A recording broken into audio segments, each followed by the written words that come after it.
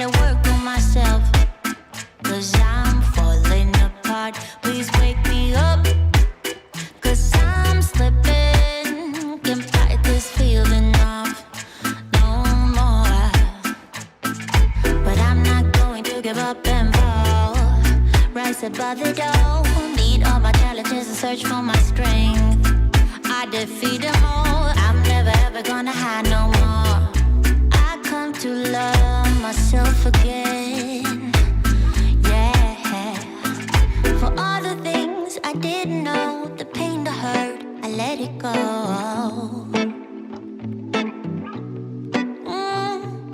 Start to believe in myself, and life will be sweet again. So sweet again.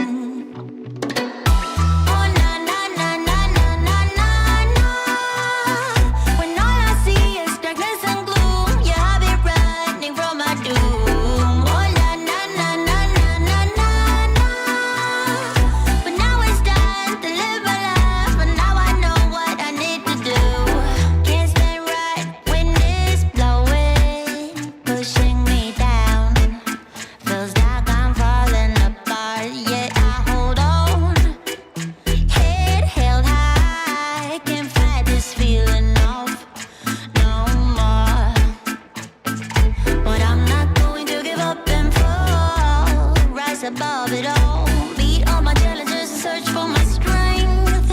I defeat them all. I never ever gonna hide no more. I come to love myself again. For all the things I didn't know, the pain, the hurt, I let it go. Let it go. And I start to believe in myself, and life will be sweet again.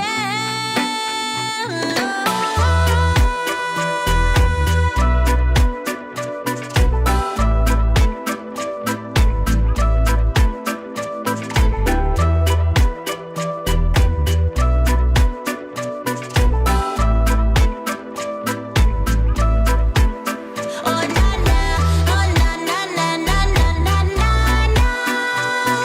When all I see is darkness and gloom, yeah, I'll be running from my doom. Oh na na na na na na na na.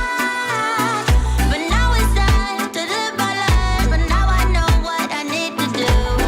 Oh na na na na na na na. When all I see is darkness and gloom, yeah, I'll be running from my doom. Oh na na na na na na na. But now it's time to live my life, but now I know what I need to do.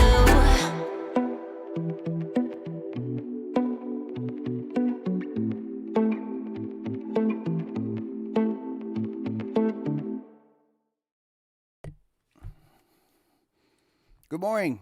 How's it going? Yo, wow. What a weekend. What a weekend. It is still going, honestly. I have not made it home. My voice is, who knows where my voice is. My voice is, I know right where my voice is. My voice is hanging out with Jane and John Hughes, having a good time by the fire with some amazing people that maybe they left their voices there too. We had, oh my goodness.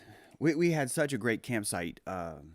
Some people that listen to the show, as I said, Jane and John Hughes, they invited us all to come out there and camp because they knew how important we wanted a campfire. In fact, we rented an Airbnb specifically because the Airbnb people were like, you can't have a fire in our yard, but we got like a piece of metal that we have on our porch that it's hilarious that modern society says, no, you can't have a fire in your yard, but you could buy a piece of metal from Lowe's and you could put a fire in that. You could put that on your deck right next to your house. That's fine. It just shows you how insane we are. But we rented an Airbnb so we could have a fire. And I was already concerned all weekend because I thought, the moment we have more than 10 people over here, someone's going to complain. And I never even saw the Airbnb. If we rented an Airbnb, I don't know where it is. I don't know what it looks like. I don't know if it was good or not. I don't even know what kind of rating to give it. In fact, the first Airbnb we got, they would not rent it to us because we did not have a rating. They said, James, you do not have the social credit score to rent a house. And I was like, but I own a house. Why would I need to rent a house all the time? And they were like, that's not our problem. I thought, well, isn't it like a testament that I haven't had to rent Airbnbs before. Like, wouldn't that mean that I'm like good at this? But no. I even asked them, why don't you call me and we'll do a personal interview? Then you could check. No, unless you have a rating, you cannot rent a house from us. And yeah, I should have listened to that the first time.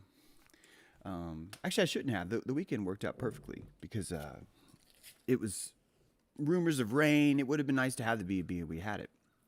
Guys, I was at Flatoberfest this weekend. I did a presentation called The Eye of Ra. And it was great. I thought everything went well. The festival, I didn't say this out loud last week. The festival, because some people are so paranoid.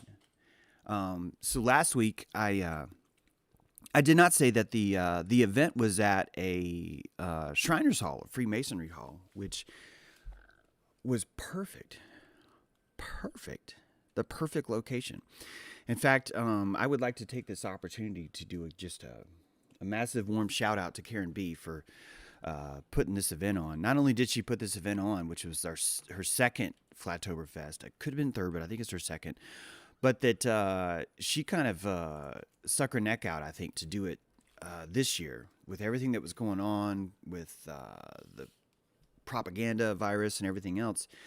I thought that it was kind of brave of her to go for that, and I think that she won in flying colors. I've never seen so many beautiful people in one room in my life, and the vibes were just tremendous. The speakers were tremendous.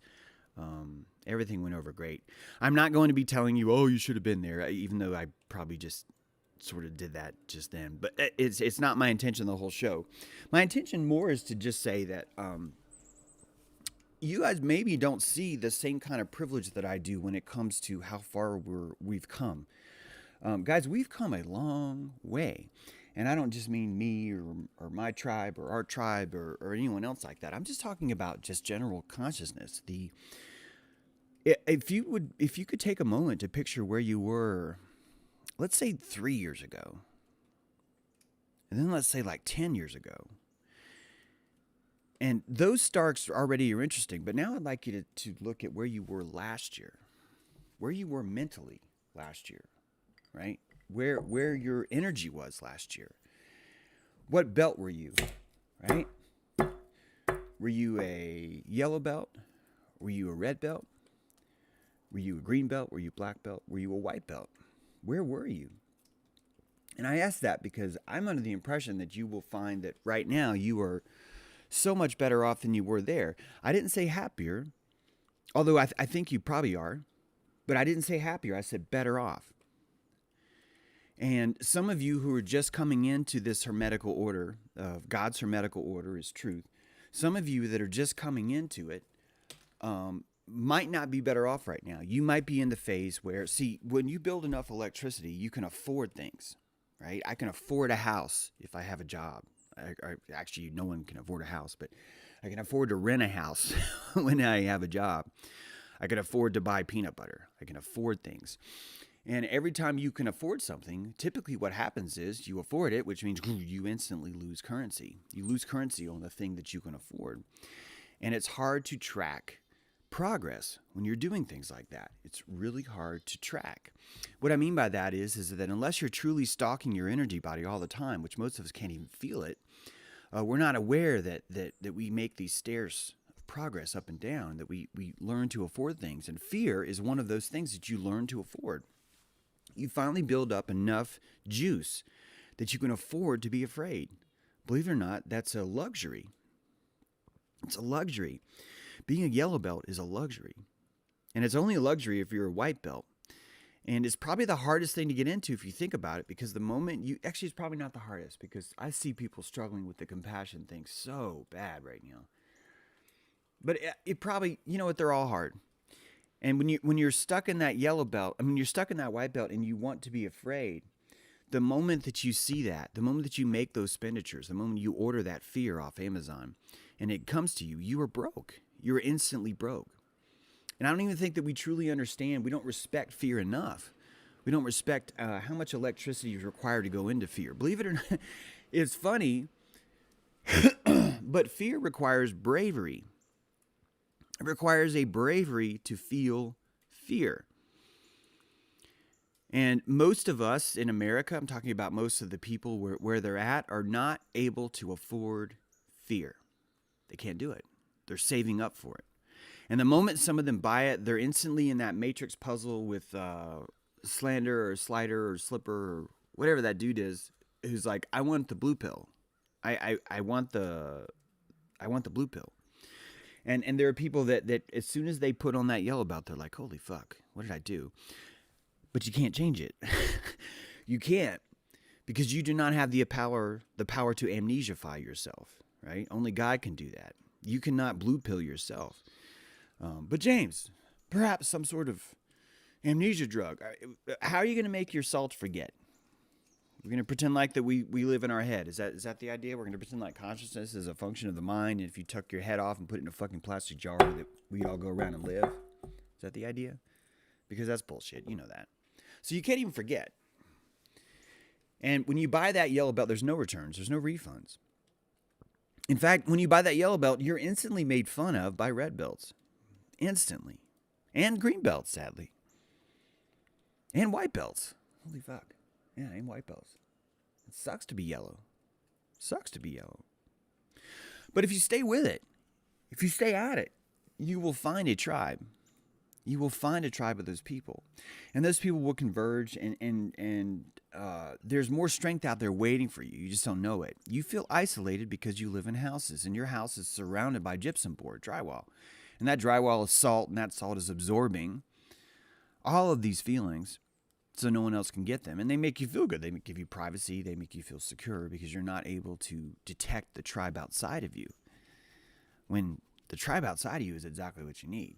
It's the exact elixir that you need right now when you might be feeling alone. Maybe you're not feeling alone. I'm not feeling alone from this weekend. This weekend, it's hard for me to feel alone, but that's a legitimate emotion. In fact, the feeling of being alone is an effervescent pull of prana from you. If you think about it, it's a draining. You're leaking prana when you feel alone. When you feel brethrenship, you're gaining prana. You're resonating it from others. It's two different energy streams, right? We're learning how to read this stuff. We're learning how to read our own fieldings, our own fields. We're learning to detect that emotions and feelings are not just arbitrary chemical projections, that these things are giving you a vital tool to detect and sense your electric body. It's all around you. In fact, one of our tribe members, Benjamin, at the lake, I watched him get up in the morning. We were all pointing across the lake. It's a big, big-ass lake. All the way across the lake to this tower. The tower looked about this big. Turned out the tower was like 20 feet tall. It's like super fucking high. And I didn't even know how high until Benjamin made it. But before any of us could even talk, we were discussing, I said, jump off that tower. Benjamin's in the water and he's swimming. He's swimming out to that water. And it takes him a while because it's a long-ass fucking swim. And what's fascinating about it is the lake's so calm that you see these ripples that are coming, they're spreading out from Ben as he's swimming across. And those ripples are like 40, 50, 60 yards across. And it dawned on me that water is showing you, it's beautiful. Water is the only element that we have that can show you the true nature of who and what we are. It's true that when Benjamin was swimming, he was rippling. These ripples were forming from around him, and this giant lake that stretched all the way across from us was showing his true state, the state of his shape. That Benjamin's shape is not he's like 7 feet tall. Benjamin's like really big, but he's not like, he's bigger than that. He's not 6'5" or 6'6" or whatever. In fact, his energy body is so big that it's like 50, 100 yards across, and it's rippling through the water. And we could only see that because he was in the water. It's just fascinating exercise. And you start to understand that the human mind tries to limit things to make it more comfortable, that between our two poles, we project things, and we give them size, and we give them distance. The zeta reticuli are 16 million light years away, right? Because they scare us. Because the zeta reticuli scare us, because we fear our inner reptile. Something that's inside of us, our triune brain, our central brain core, we are so afraid of. We can't say it doesn't exist. We don't have the power of amnesia. So we take that inner reptile and we cast it 16 million light years away. And we say it's in Zeta Reticuli, and that's where the reptiles are. And you feel safer because this thing you know is real. You're in a reptile. You want it to be as far away from you as it can. So not only do you send it 16 million light years away, but you put it in a separate dimension. And you say, not only is it 16 million light years away, it's not even in our dimension. And that makes the body comfortable. It makes the psychology comfortable. It's weird because we splinter ourselves, and then we go in and we try and comfort ourselves from that splintering. How do I recover from this splintering? And we use these lies. We use these lies to do that. This is why I tell you. This is why my new book has a chapter on white lies matter. Why lies matter. Why they're important to your psyche. And I think that the more we admit that we lie, the easier it will be accept that we make a lie. And when we are more honest about our own ability to lie, the easier it will be the next time to catch ourselves lying. That we could actually catch ourselves lying and show sympathy for ourselves instead of rebuking ourselves and pretending like it doesn't happen. We do the same thing to lies as we do to the Zeta Reticuli. We assign it something that's so far away from us that no one can ever think we have anything to do with it. We act deeply offended by those that lie because it makes us look like we never lie. Remember, Owen Benjamin used to make podcasts on this, and we discussed this, and he'd say, well, I never lie. I never, ever lie. And it's a beautiful thing that we tell ourselves.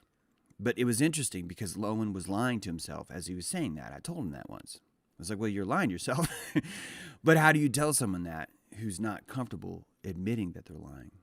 The only way they could do that is by casting it out. And this isn't something that just Owen does. We all do it. I do it. We all do this. We all do this. And if it wasn't for the last chapter, it wasn't actually the last chapter. If it wasn't for this chapter I wrote, I don't think I would have truly noticed it in myself as much because I really wasn't comfortable admitting that. But when you look at the fabric of the universe, we have to lie to ourselves. Yeah, the fabric of the universe dictates that you lie to yourself. It's the only way you're going to be able to accept all these different cosmologies. Guys, there are people out there that believe that this entire world is made up of ball bearings. Yeah. Tiny, teeny, tiny ball bearings. And that every single thing that happens in this world is a pinball machine. And there's nothing spiritual, there's nothing emotional, there's nothing chronically about it, there's nothing even electrical about it. This entire world is fucking pinball balls. Tiny, stainless steel ball bearings. And that world makes them feel better. And they've invented gravity, they've invented all this other stuff to give them this essence of this pinball wizard world that we have. And to survive in that world, you're going to have to be able to have something called lies so you can assign that. You have to be able to say in your world, that is lies. And if you don't tell yourself that, the matrix starts to freeze because you have it end up with a quickening where two of you disagree on this and there's no way for either of you to hold your same belief and live in the same world because we do not have enough amalgamation. That's the right word. We don't have enough flexibility between each other. That lies are a sort of transmission fluid that's crucial for this world, for the matrix itself, the scaffolding to hold itself up. And when you look at schizophrenic patients, when you go to a mental ward, you will find one patient walking around saying, I am Jesus Christ. And another patient will hear that first patient claim he's Jesus Christ, and he will say, I am Jesus Christ too. And the first patient will not get mad. The first patient will not freak out. The first patient will not destroy their entire life or destroy that person's life. He will simply say, okay, you can be Jesus too. And is it interesting that the most mentally retarded people that we insinuate, the ones that are the most broken, are the only ones that truly get how the fabric, the matrix of this world fits? That if we don't have neighbors that believe that everything's made out of ball bearings, that you and me would not have been able to evolve from that time where we thought everything was made out of ball bearings. And you can't say, well, everything should just be flexible and relative. You can't do that because then there's no drama. No one's there to have the vitriol, the strife. We fight for our truth. Whether you like it or not, we do. We fight for our truth. We fight for our truth so hard that we have gatherings gatherings like Flatoberfest, where all we do is there and talk. And you know what's fascinating about Flatoberfest is I know that probably half those people in that room don't agree with me, don't agree with my overall take on the world. They agree with parts of it. And the parts they agree with, they wanted to hear about. And they wanted to share about because we have a tribal communion over those things. So even lies, it's crazy, but lies even give us this communion with each other.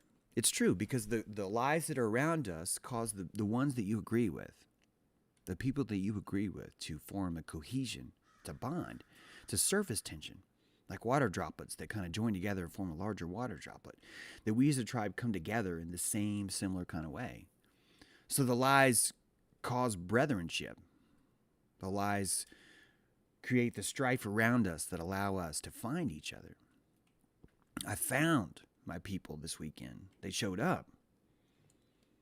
And we wandered through the streets of Greenville trying to buy coffee without a mask. It was impossible. We finally did find something. But we were bonding by that. The trauma of a dozen of us wandering around the fanciest hotel in the world. And as I'm walking up the stairs with Nate, I'm like, wow, Nate, Babylon is beautiful. Beautiful. And within 3 minutes later, I was told by a Starbucks guy, you can't have coffee without a mask. And I appreciate that Babylon's showing me that. I would rather Babylon show me her truth than pretend. Oh, this is all accepting, James. All of us accept you exactly as you are. That's not the case. Babylon doesn't accept you as you are. Babylon only has a seat that fits a certain size ass. And if your ass doesn't fit in that seat, you don't get a seat in Babylon. And we see that now. And it's funny because we're complaining about that. We're saying, oh, look how shitty Babylon is. She's insisting that. But guys, Babylon's always been this way. She's been this way since day one. You're going to cradle yourself under the nipple of collective consciousness. This is what she's going to do to you. And she's not here to victimize you. She's not here to treat you mean. This is what happens when you abandon your psyche, just like everyone else abandons their psyche to this machine. But James, I'm not abandoned. Yeah, you are. It's okay. We all are. We all abandon certain responsibilities to the machine. We all do that. Of course we do that. It's part of what we have to come to grips with. It's a trade we make. We're making a sacrificial pranic trade to Babylon. I will give you this in exchange for this. And she takes it, doesn't she? And you know who else takes it? We do. We do. We love our Babylon. We love how predictable she is. We love how reliable is. We love how much she saves us energy. She saves us so much energy that I could get in a climate-controlled vehicle and simply press the gas pedal for 3 hours. And without lifting a finger, without burning a calorie in my muscles, I'm able to propel myself from here to Greenville and back without breaking a sweat. Not only can I do that, but I could do that in the morning. I can travel that far in the morning and arrive there fresh enough to do a presentation at 5 o'clock. It doesn't affect me at all. And we start to look at how Babylon itself actually works on you. And I know I said this Friday, but Babylon doesn't want you happy. She doesn't want you sad. She wants you content. That when you have a contentness, your sine wave starts to settle. And it's a slow flat line.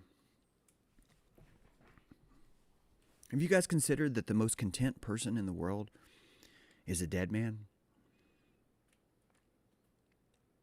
Someone who's died has no desire. They have no lack. They're not hungry. They're not thirsty. They're not lonely. They're not angry. They're not sad. They're not happy. They're not joyous. They're completely content. And Babylon wants you completely content. Now, she wants you completely content and alive. She wants you completely content and alive. Because that belief, that solid state belief that you give her, is her fuel. Your abandonment of yourself is her fuel.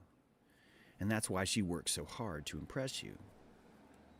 Because she wants that fuel. She needs that fuel to survive. Babylon's not here to victimize you. She's here to service you. Like any good whore. Any good whore wants to keep her John. Keep him in the chair, right? And, well, James, why doesn't she keep us in the chair with truth? Because it's too bright. Because it's too bright.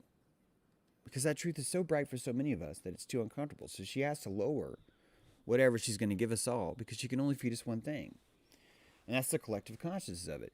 You and me, the less we are in Babylon, the less we feed her, which means the less she caters to people like us.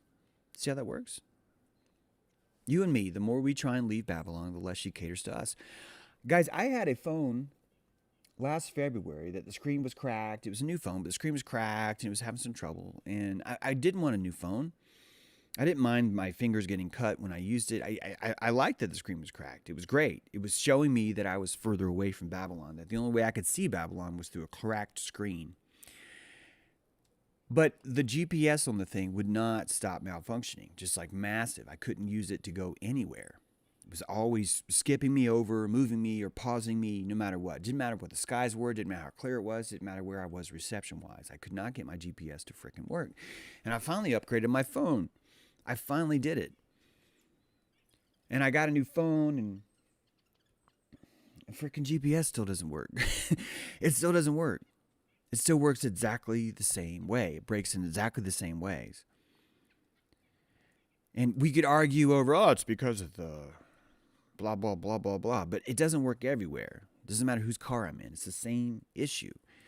I think the reason why this phone doesn't work is because I'm not in Babylon.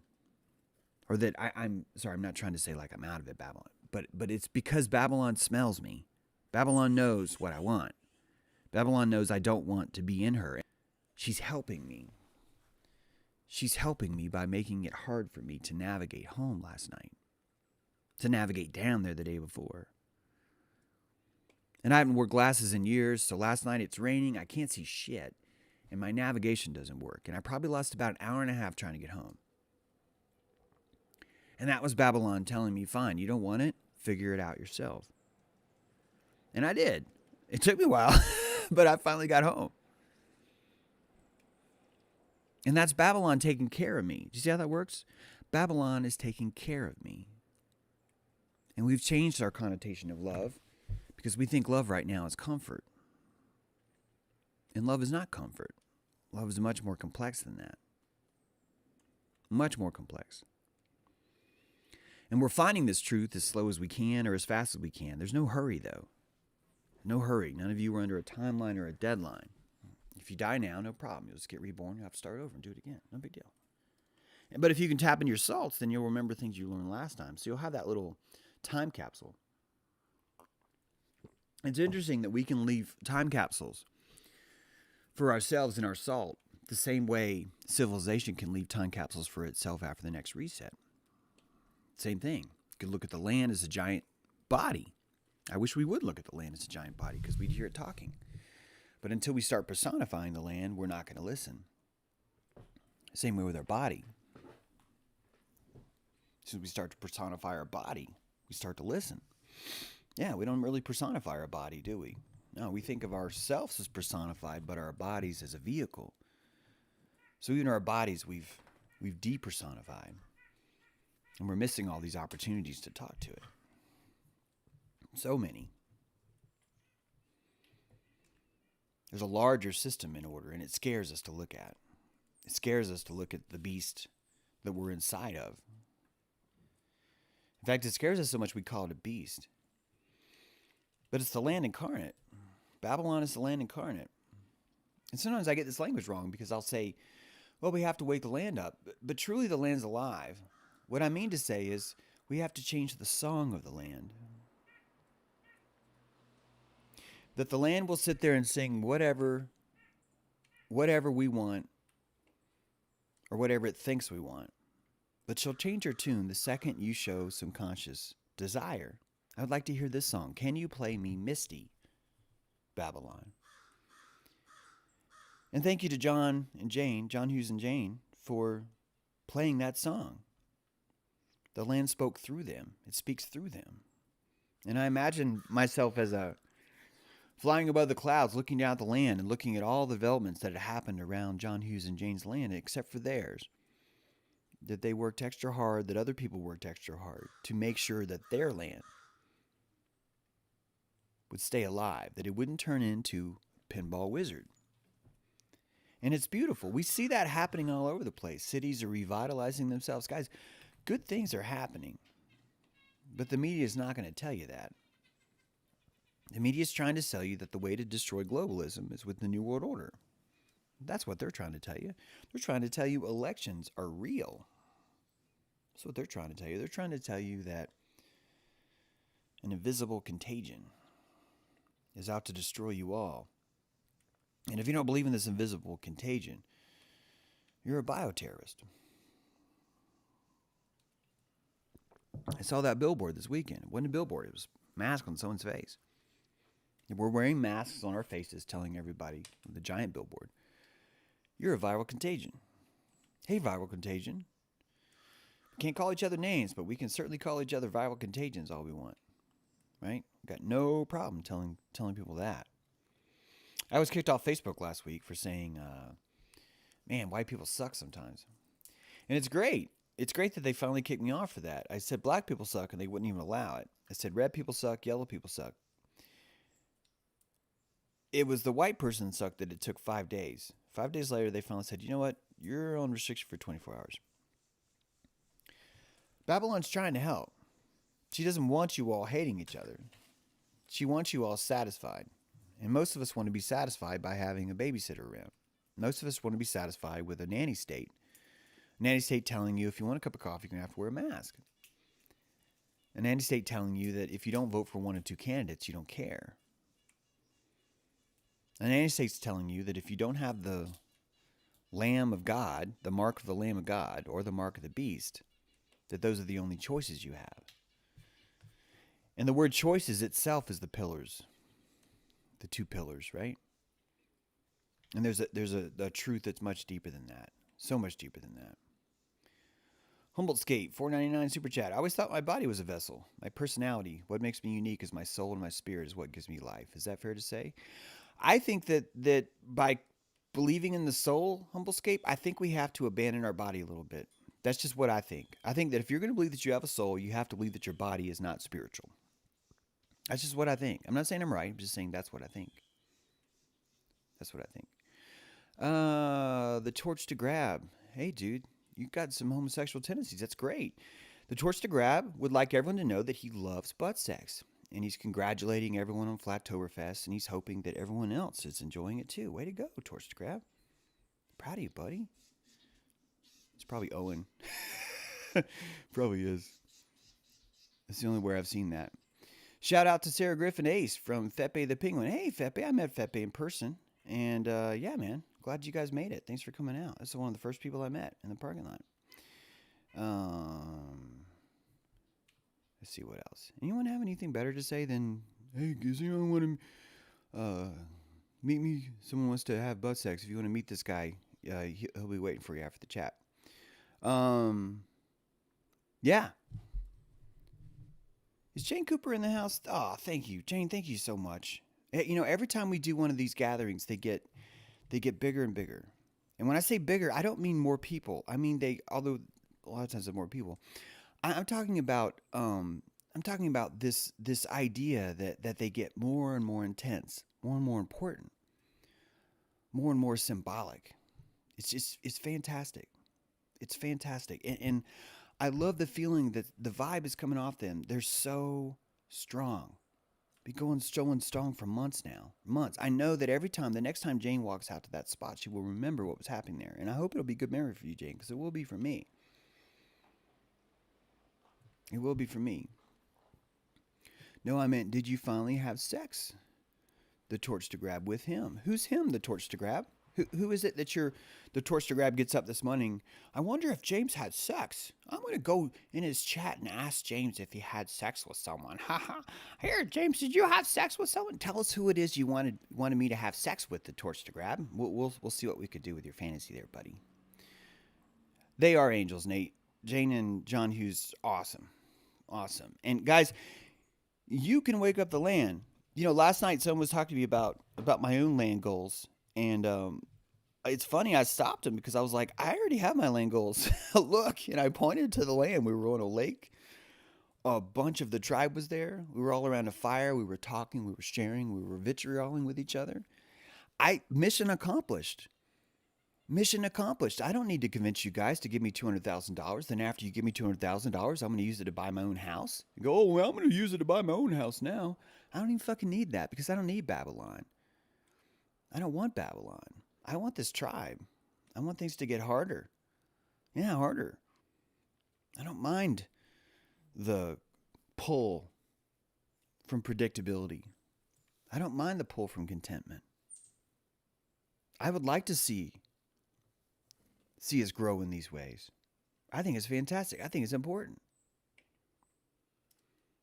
Well, it looks like I'm taking the blue pill again. How are you taking the blue pill again? How do you even take the blue pill? How did we get here?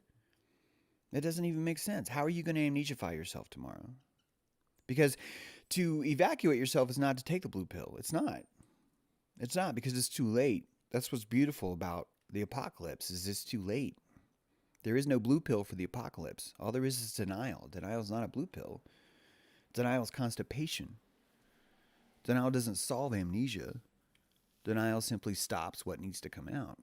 Yeah, there's an analogy for you. There's Rachel, and we missed you, Rachel. Dreams come true, not always how we envision them. I know, right? Ugh. Tell me about it. Tell me about it. Torch is your reminder of Dojo Earth. Yeah, I'd buy that. I'd buy that. Look at how afraid people are of torches. There's an entire 6,000 member audience that's afraid of torches right now. They're so afraid of torches that they're calling any implication of a torch to be banished to the world of butt sex. I mean, that's where most of us are at. And that's what I was speaking about earlier, about you can find this brethrenship by looking amongst the yellow belts. You'll see where you were. You'll see where you emerged from. And it's fantastic. It's fantastic how much progress we made. And that's why that even though we're having this chat now, that I can still have the guys with suppressions of their own fantasies in here. Because I know where they're at. And I'm happy to make that expensive for them. It's no problem, guys. It's no problem. We are happy to make this expensive for you. We're happy to do that. James, please post a link to pre-order your book. Thank you for bringing that up, Blue Dot. I abandoned myself this weekend. You guys might be, what are you talking about? I abandoned myself this weekend. Guys, I was working so hard on this presentation. So hard on this presentation. I worked so hard to get this book done before Flatoberfest because I wanted to be able to say at the end of my presentation, hey, if you enjoyed the presentation I raw, it's chapter 9 in my new book. And then hold up the book. And I thought if I did that if people really liked the presentation, that I bet you a lot of people would maybe pull out their phones and buy the book right now. After the presentation, it'd be the perfect kind of cherry on top of all the work I've been doing. It's been really hard work lately. Been really, really hard. And I freaking forgot. I ended the presentation. I didn't even mention my book. No one even knew that I had a book. And it burns me. It burns me because that was me abandoning myself. That was me abandoning myself. James D in the house. Huge super chat. I think he wants you to grab his torch. I think you're right. I think that these people that are coming in that are asking, James, did you have butt sex? They're secretly going, would you have butt sex with me? And no, I won't. I'm sorry. Here is the link to purchase that book, guys. I would freaking love it. If you guys haven't bought my book, I would encourage it. It's great. We've had a few reviews on it, and it seems to be good. Some people complain it needs to be a little bit longer. That's a viable complaint. Although, I want to ask you guys, if you want that book longer, would you be willing to wait like a month of where I wouldn't live stream? Because that's how much it would take to make that longer. I think it's actually better shorter, personally. I think it's better shorter because I think it's more tinctured. I think we are living in an age right now where the appetite overall is people want things more tinctured, more bite-sized. And so Best Apocalypse Ever is written as a tapas. It's written as that sort of thing. It's not really meant to be, hey, immerse yourself for 6 paragraphs in the psychology of how chemistry works in the mind. I could do that, but I seriously don't think most of you have the time to do that, nor do you really want to invest that much in that one specific topic. I think it'd be better to give you enough tools to see that the overview's there. But I encourage you to review this book as fairly as possible. If you think that, definitely let me know. I'd love the feedback on this. I love it. So please consider that. And I would also really wish that I wouldn't have abandoned myself. I wish that I would have just thought about myself there at the very end and just said that. It would have been the perfect caveat. I'm saying that now because I'm hoping I'll remember that. We abandon ourselves in different ways. As we get better at this, we abandon ourselves always. We just find more complex ways to abandon ourselves. That's it. That's all. So this is a constant battle, no matter if you're on yellow belt, red belt, green belt, blue belt, whatever. It's a constant battle. It's just different techniques and the tricks we use. We use better tricks to fool ourselves sometimes and worse tricks others. It's all the best. I think as far as book goes, guys, it's better that you want someone wanting more, but you definitely don't want to leave them without enough nourishment. Do you see what I'm saying? And so I tried to grab both those things as specifically as I could. Tech of Belief was good. Thank you, Farm Cat. Appreciate that. Just had someone, the Beard told me today, his favorite chapter, Blueprints of Mind Control, is Yoki and the Children of Rome. I love that chapter. That was my favorite chapter that I think I've ever written. In fact, I was so sad because something happened to Yoki. And I was so sad because I was like, why the fuck did you just do that to Yoki? And I kept trying to fix it. And I couldn't. I couldn't fix it. That had to happen. That had to happen. Bren, really, one needs to get past butt sex and see no one wants such a thing. It's part of the vitriol. And honestly, some of us are going through that too, isn't it? Some of us are going through that too. And even that vitriol, we have to learn to respect. We have to learn to respect that because each of us are coming on our own thing. But this idea that we need to use that, where Owen can say all 6,000 of his followers will regurgitate, oh, anyone who does this is that. You're looking at it as a weaponized, right? Weaponized hate. It's weaponized hate to come in here and say shit like that.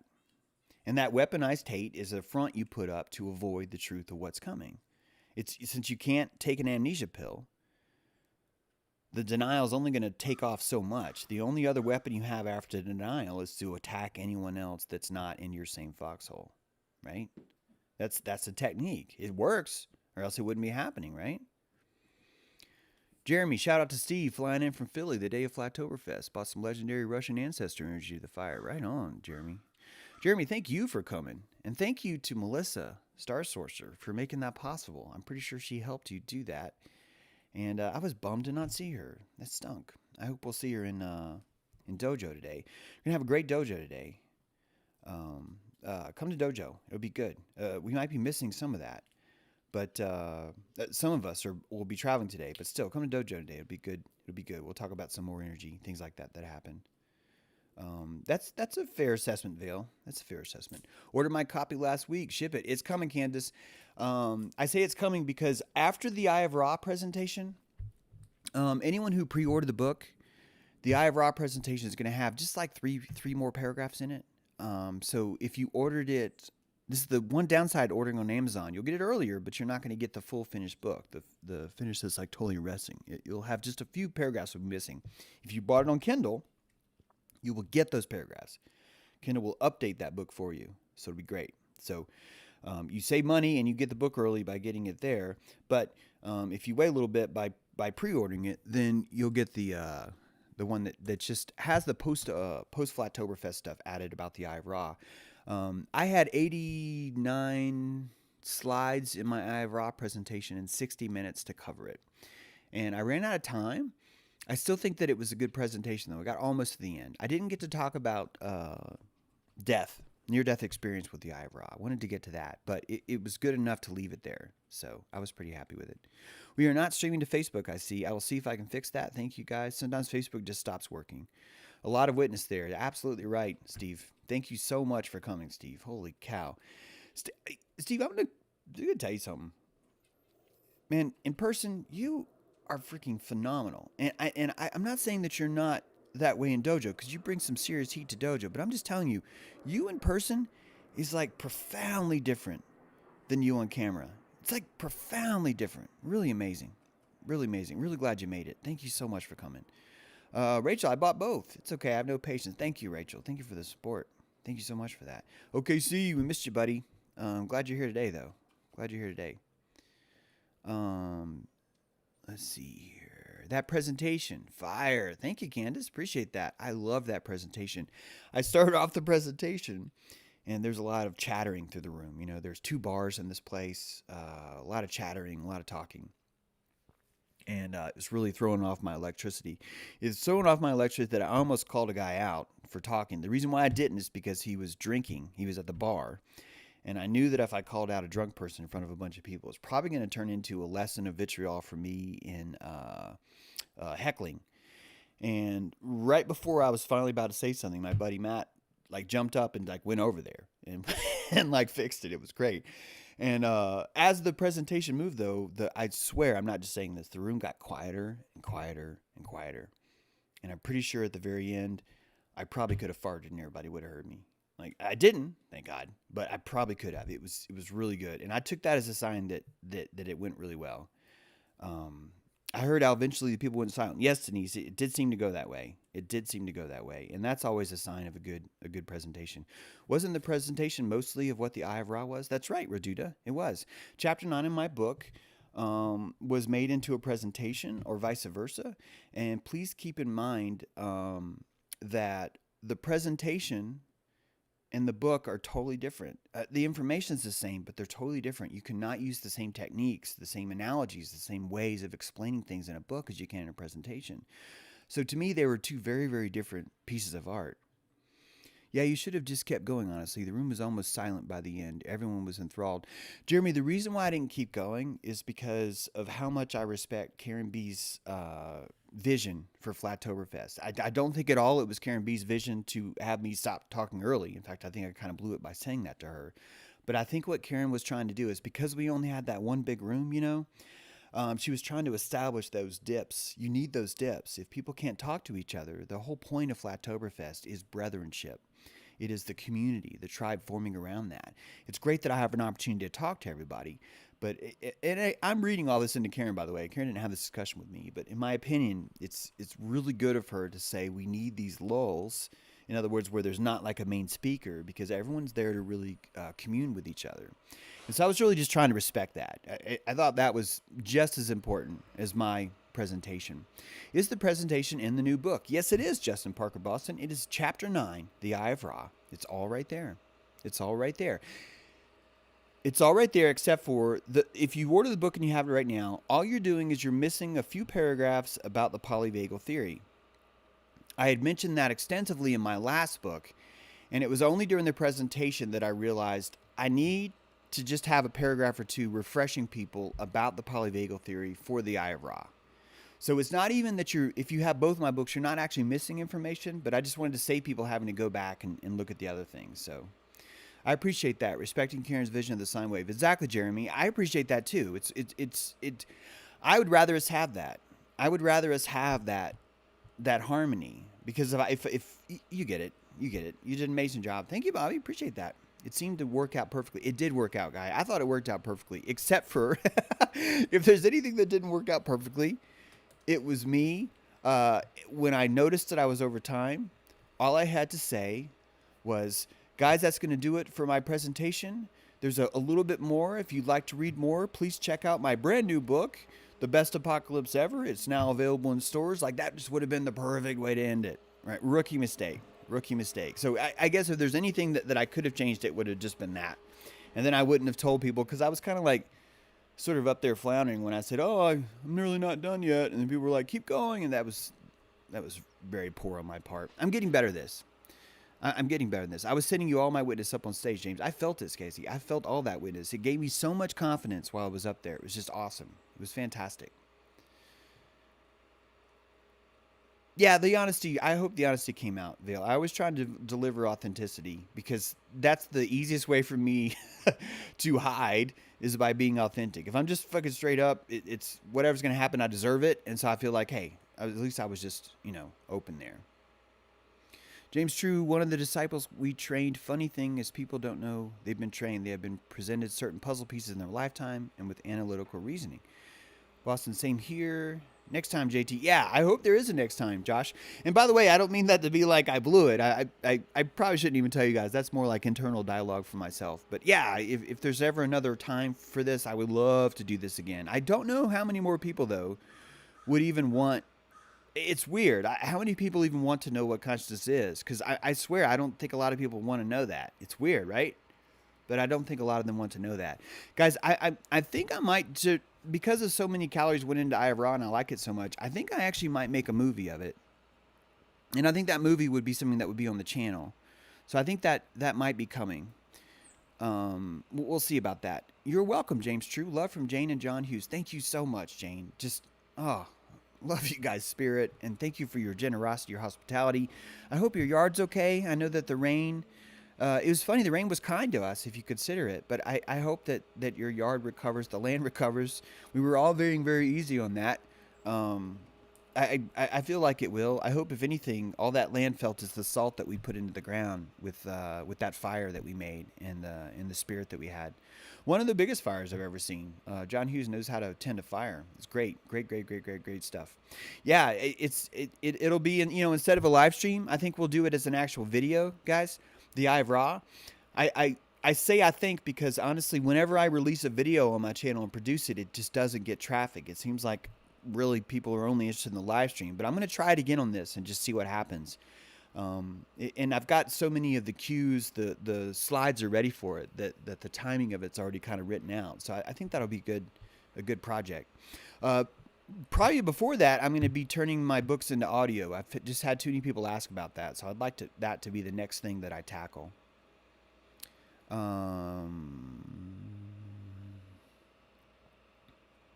Let's see. I would like for you to be at Flatoberfest if we have another. I bet you Karen will have another because of all the support people gave her. I mean, there was a lot of people there, so it'd be support. Guys, Freeman Fly was there, and Freeman was there in a Shriner's hat. It was hilarious. It was hilarious because we were at the Freemasonry Lodge and he was there in a Shriner's hat. Yes. Thank you for the super chat. This is Steve from Philly, guys. It's Svatlanivov.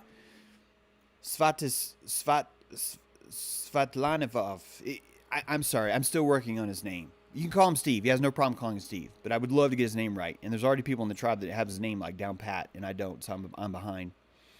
Live stream the video like the dojo a few weeks ago. Yep. Yeah, that's an option, OKC. We'll see what happens. Then you can legit read your books to me. I'd love to read you the book. Chapter 4. The author took his pants off and he turned the page, right? Something like that. I bet I would sell like one copy. And even that guy would be like, why did I buy this? This is like not at all what I was thinking this would be. I bought all the books, but I'd love the audio version. Thank you, Justin Berger. I'd like to do that too. That fire stick demonstration was amazing. Wasn't that, Jeremy? That was awesome. I was speechless. I didn't even say anything. But Steve pulled out some fire sticks from the fire and did a fire stick demonstration. It was pretty sweet. Yeah, Freeman Fly was playing drums at the fire. It was perfect. It was wonderful. I'd love to get back on the show. Maybe we'll do a talk about that or something like that. We'll see. Thanks, Super Sharp. I will do that. All right, guys. Sorry I didn't have like a show prep today. I just got in pretty late last night, and I really wanted to have a show today because I really want to have a dojo today. There's some things that we need to talk about in the dojo. Some of them are good dojo topics. A lot of dojo stuff happened this weekend, and I'm really looking forward to us talking about that because this electrical work we're doing is more important now than ever. And Flatoberfest really showed me that. We were in a room with people that had different electrical fields, yellow belts, red belts, green belts, blue belts, all of it. And the more we are with each other, the more lessons we have to learn on our vitriol. It's great stuff. The garbage man's here. I can barely hear you. I'll sign off now. Everyone, I've already posted the link for the new Dojo, so you know where to go. If you're a Dojo member on JTrue, go there, click on Dojo, you'll see the link. If you're on Patreon, click there, you'll see the link. If you want to join our dojo, it's only $19. You can try it out for a month. Go to patreon.com, sign up, look in the video description. You'll see a link to get there. Or pop on over to JTrue, click on Dojo. You can join there for a year. You'll save a lot of money. It's really cheap. It's a great way to work on your own electricity. Seriously, your own electricity. This is a dojo, which means it's not me talking to everyone else. It's us discussing how to improve our electricity using the power of witness of each other. We are witness. Each of us has a powerful commodity called witness. And we bring that. We bring that to people. And people respect that. They want that. Unless you're living in a shame vortex in which you think everything's made up of ball bearings. And you don't even believe a witness because witness doesn't have a ball bearing in it. So it doesn't exist. So there you go. Welcome. Welcome to the light side, right? Thank you so much, Shipmoth. Man, I hope we meet one day, Shipmoth. That would be so cool. I know you're in Scotland, but man, that'd be great. No grievances today, internalize and transmute for tomorrow. I guess that's a great... Yeah, no grievances today, Jeremy. I got no grievances. I'm not even going to entertain grievances today. It was just too good of a weekend. How about that? How about that? But we'd love to see you in the dojo. So if you have your grievance, maybe now's the time to join the dojo. In fact, you could join the dojo, and the first thing up is being like, yeah, you made me fucking join the dojo. Just say I have a grievance. Hey, nothing wrong with that. Okay, Seabear, thank you. Yes, pre-order Best Apocalypse Ever. There's the link right there. If you didn't see it in D-Live, there it is right there. And, yeah. Rachel sending me a super chat. Never abandon yourself, people. Use your body as a GPS. Make good choices today for each other. Love y'all. Guys, listen to Rachel. Listen to her. Oh, Rachel, we're working on a New Orleans thing. That's all I'm going to say now. First person I thought of was like, New Orleans. Rachel, we got to get down there. We'll see what happens. We'll see what happens. All right, guys, it was nice to meet you. Thanks for signing my book. Was that you, Lee? Awesome. Hey, glad to see you, Lee. I remember you. One person asked me to sign their book, and that had to be you. It had to be you. So awesome. Yeah, it's a strange experience for me to walk into a place and have someone say, hey, will you sign this book? It's great. Vitriol for all of us. Sometimes vitriol's not bad. Sometimes it's just weird, you know? Thank you for that, Mike. Thanks for being there. Appreciate it. All right, guys. We'll close out here. Why aren't you online here, Electric Sheeple? Maybe you're talking to someone else, Electric Sheeple, because I should be online there. Yeah, you're from D-Live, so you'll probably see me there. Yeah. Jason Day, good to see you. We have things to discuss, my friend. We have much to discuss. Maybe you will come to the dojo and we'll discuss it, possibly. All right, guys. I don't know what the outro song is. It'll be a surprise. That means it'll probably be bad. I don't want a bad song today. I want to change. Hang on. Just bear with me a sec. I'm going to do this. Oh, no. No, that'll work.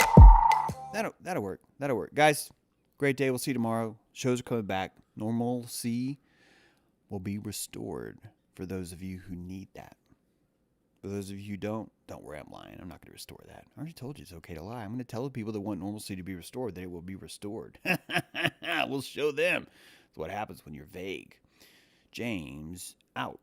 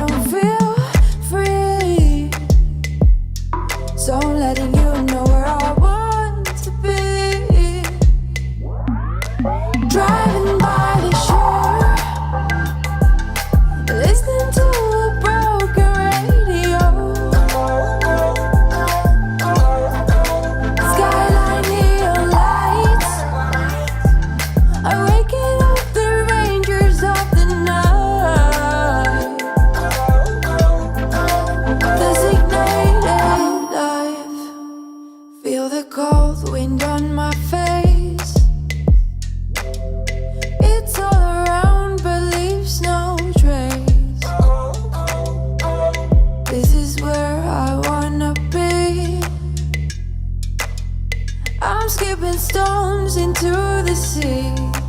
I'll give you some long time. I need to go catch a high tide, 'cause I don't feel free. So I'm letting you know where I want to be.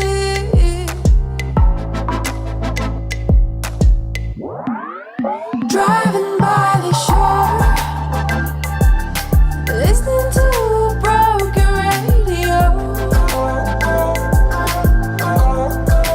Skyline neon lights are waking up the rangers of the night. Designated life, driving by the shore.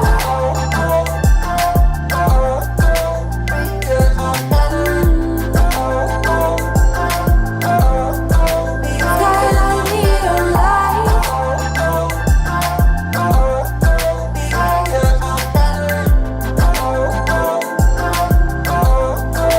Designated life.